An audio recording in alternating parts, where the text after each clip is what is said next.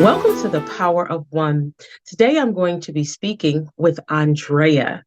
Andrea is dynamic. I've worked with her when we worked at the CARES unit, the Philadelphia District Attorney's Office, and she is a go getter.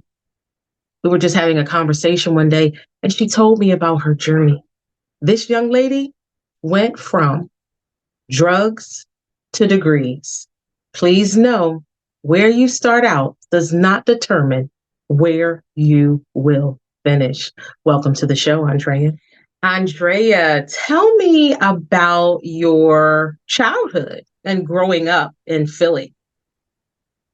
Well, about my childhood, I grew up in North Philly, where they call the Badlands.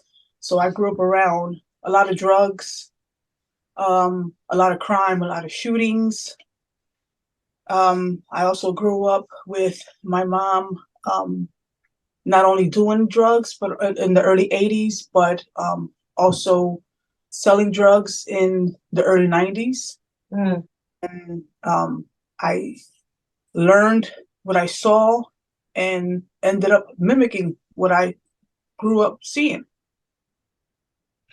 How old were you when you realized what was going on in your household? And are you the only child? Did you have siblings? Was dad present? So my dad, he got locked up when I was about, I want to say 8 or 9, and he came home when I was about 13. So by the time he came home, I was exposed to many things. Um, my mother became a lesbian when I was 13, so that was something else that I had to deal with, get used to. Um, by the age of 13, she was selling crack from inside our home and worked nights at bars and clubs. And at the age of 13, um, that's when I started selling crack as well, which she never knew about it, never found out. And there's a lot of things that I did that she never found out before she passed away. As far as siblings, it's only myself and my brother. He's younger than me, so he's 4 years younger. So everything that I did, my brother learned and did the total opposite. He didn't do none of the things that I ever did. He didn't sell drugs. He didn't use drugs. He didn't drop out of school. He just did the total opposite. Andrea, at what age did you start using drugs? I started around maybe 13 or 14. I started with the marijuana, and because my mom used to smoke marijuana, so I started out taking the little pieces of joints that she would leave in the ashtray, and eventually it would be enough for me to turn into like a regular joint, and I would smoke that when she was not around. That was at the age of 13. And then at the age of 16 is when I was exposed to PCP by a neighbor. I tried it with a neighbor and immediately fell in love with the effects of the high. And I smoked the PCP for 16 years on and off. Mm. Did you know that drugs would harm your body? You know what I mean? Or was it that you were exposed to it that you didn't know right from wrong? Well, at an early age, I was exposed to it.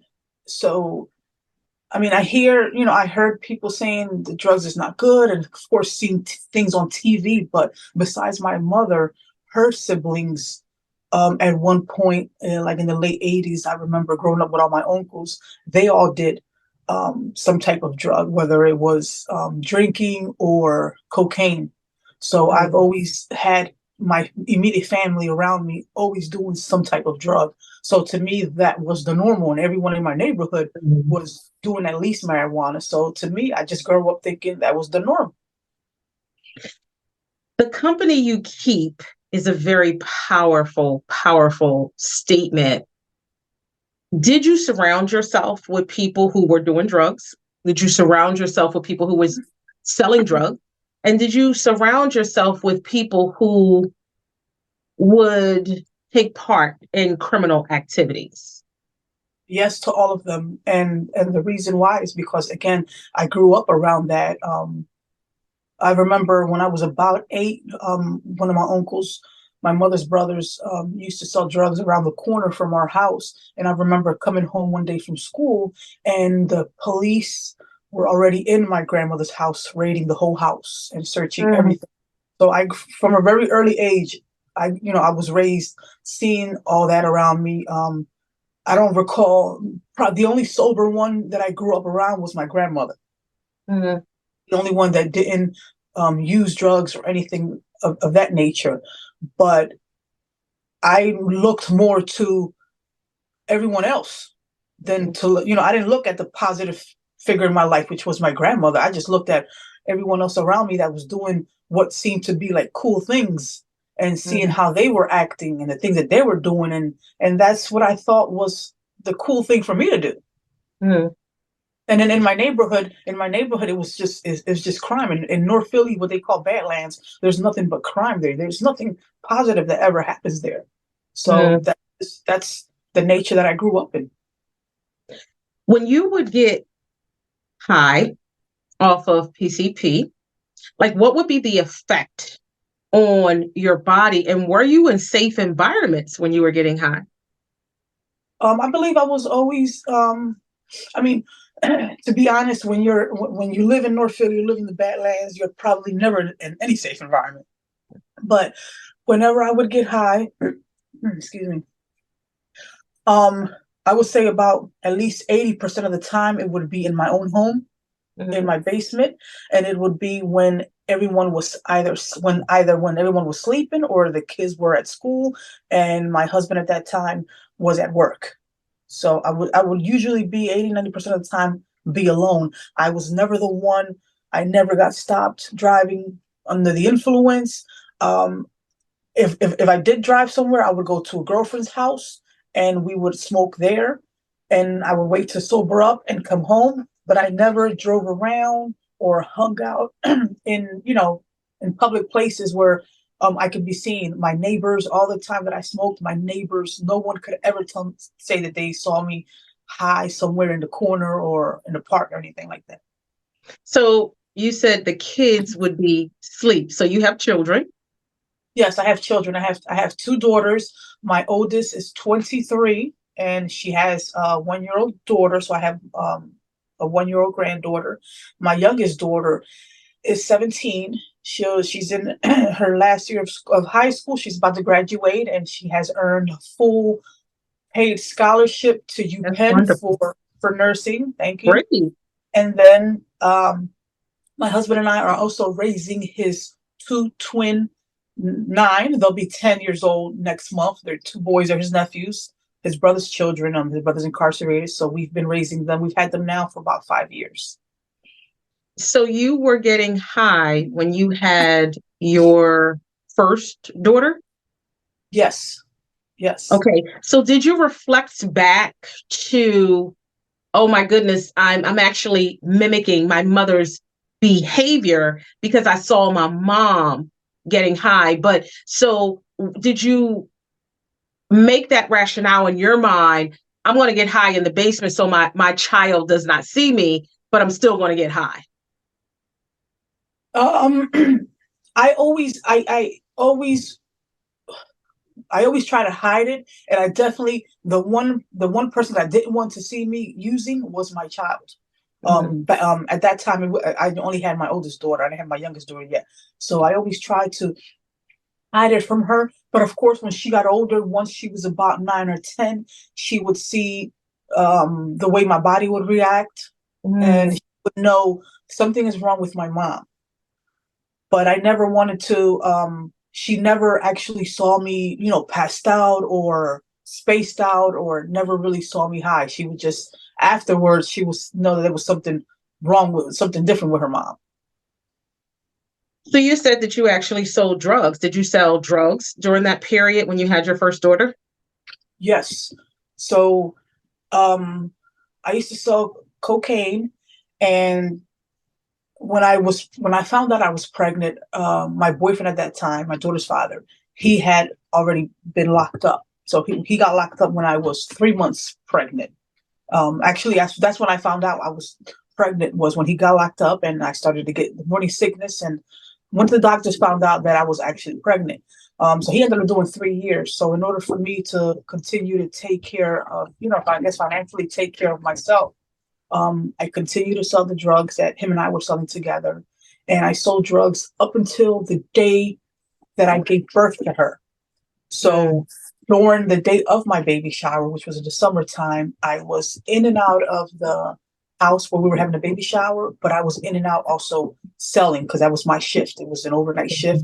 And I was in and out with my little nice fancy dress and my little flats, just running in and out, just making my sales. And I actually ended up making what is considered tips in the drug business, and I was able to purchase a lot of the things that my daughter needed for when she was born.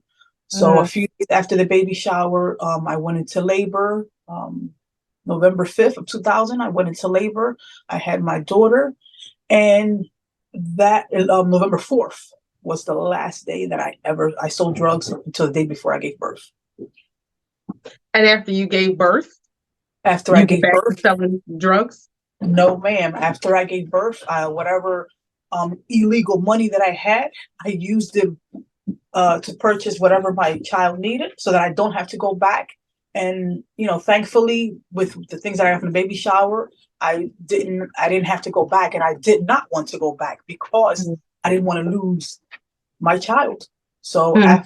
after that, I never ever again touched a drug to sell, or never sold drugs Okay. again. Now, as far as selling drugs, did you do any more illegal activities? Yes, during the midst of using, um, using, when you're on drugs, that's a disease. Hmm. And not until you get better, there's certain things that people do to get that drug. So whenever I couldn't sell drugs and didn't have money to buy my own personal drugs, then my boyfriend at the time would do certain things. Um, we would sell fake drugs in the same little baggies.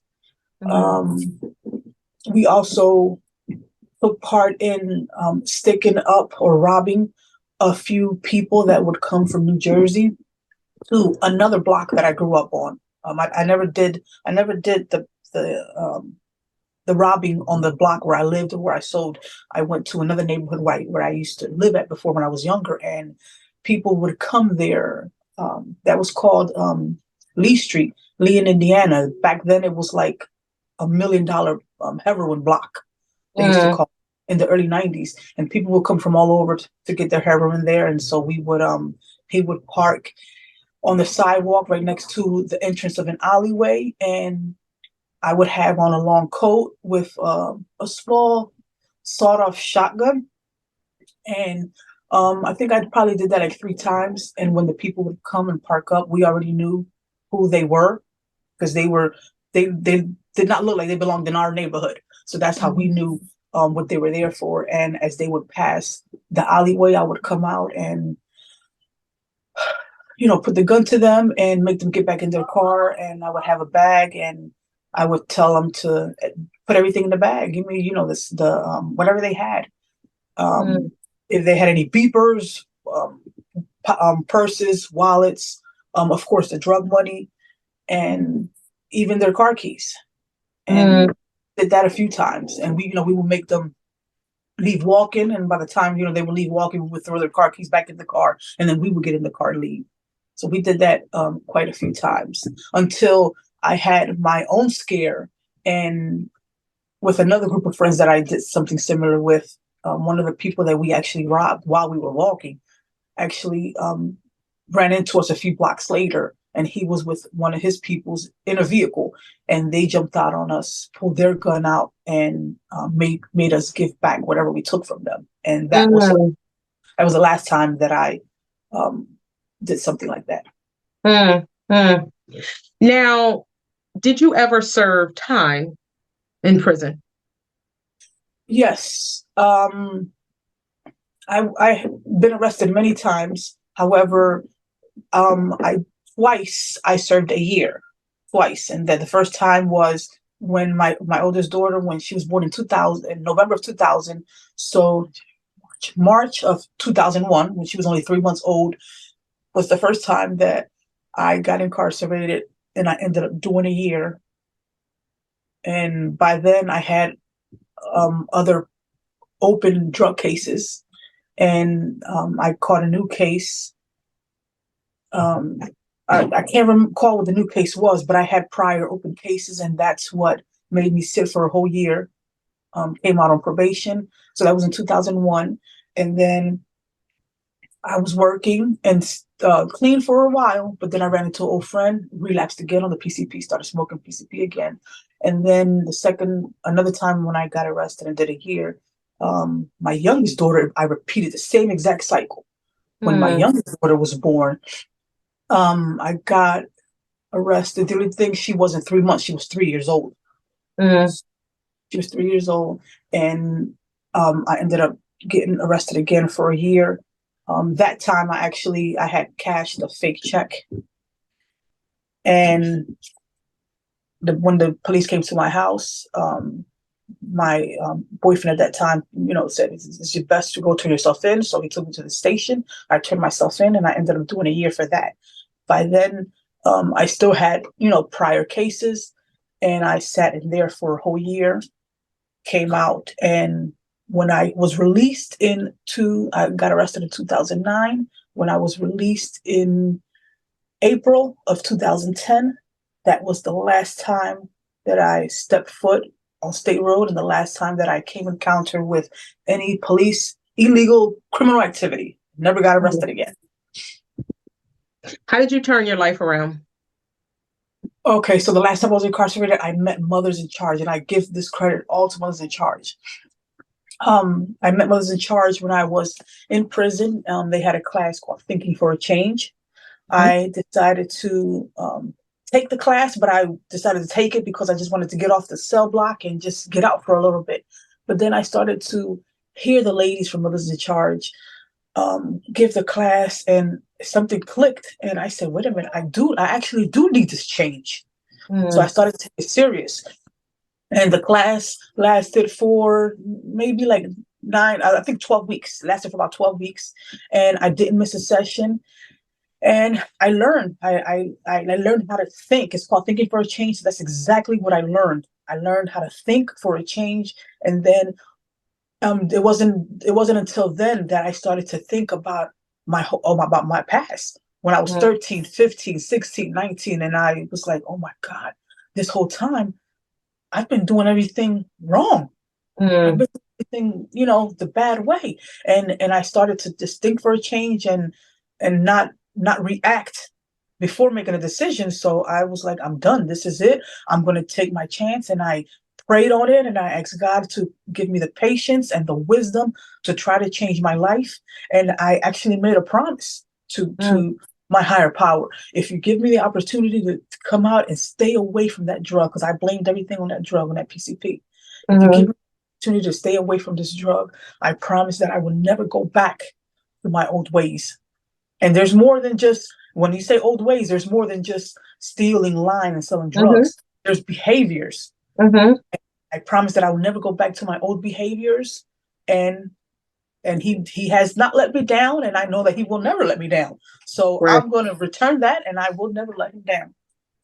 Wow. Wow. You got me so emotional right now. That's amazing. Andrea, when you decided to change your life and you wanted to get into the workforce, was it hard for you to find a job because of your criminal history? It was hard for me to find a job, but it was more hard because I was still mentally, even though my behaviors had changed, mentally, I didn't let it go. So Mm, mentally, I'm still locked up behind bars mentally. And when I came home, the last time that I came home, I went for a job interview for home care, and the lady gave me a chance, despite that I was honest with her and told her where I just came from. And she gave me a chance, and I ended up doing from in 2010. I ended up doing home care for 10 years. wow. Took care of a lady. I think I started when she was about 93. She Mhm, had Alzheimer's and dementia, and I stood with her until she passed away at about 103. Mm-hmm. And I learned, so much from her. And during those 10 years of home care, I was stuck in that mentality where I guess this is where I'm going to retire from because I'm not going to get no job nowhere else. But I was Mm-hmm. scared to apply because I didn't want to get rejected. Until one Mm-hmm. day I was online. I said, let me just look. I was online and came across an organization called ProAct, and they Mm-hmm. do like drugs and alcohol and help you with recovery. And they had some classes called Certified Recovery Specialist. And as I was reading the description, I said, this is what I am. This is what Mm-hmm. I've been since I came home. I just never got certified. So light bulb switch. I took the classes, became a certified recovery specialist. And at that time, it seems like everything fell into place because once I got certified, the lady I was taking care of, she was already 103 and she ended up passing away, natural causes in her sleep. And it looks like, I give credit to my higher power. And it looks like he just transitioned me over just perfectly.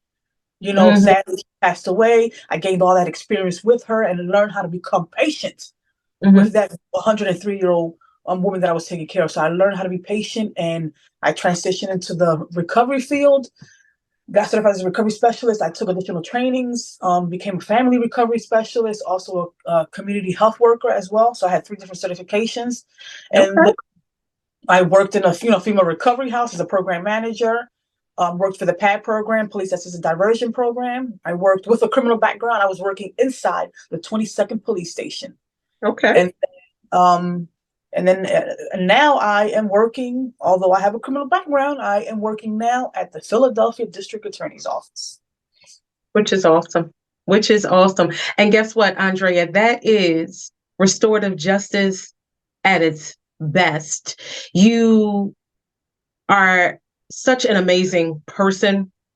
And with us working together, I could tell that from the onset and the care that you have for those who are affected by crime, you realize that you affected some people in your actions and what you did to them, with you being the offender, and you are truly remorseful for that. That is restorative justice at its best. I think you are amazing. I ask that you keep pressing forward and surround yourself with positive people, with people that will continuously take you to the next level. Thank you so much I, for joining I, me I today. wanted to mention one more thing real quick. I am also part of the CAC, which is the Community Advisory Committee, and we are working we're working on reforming justice in Philadelphia. I am the only one on the committee who has a criminal background. Mm, Everyone else beside me are professionals, even worked with lawyers. So mm, they too are learning from me as I am learning from good. them as well. That means a lot. It means a lot.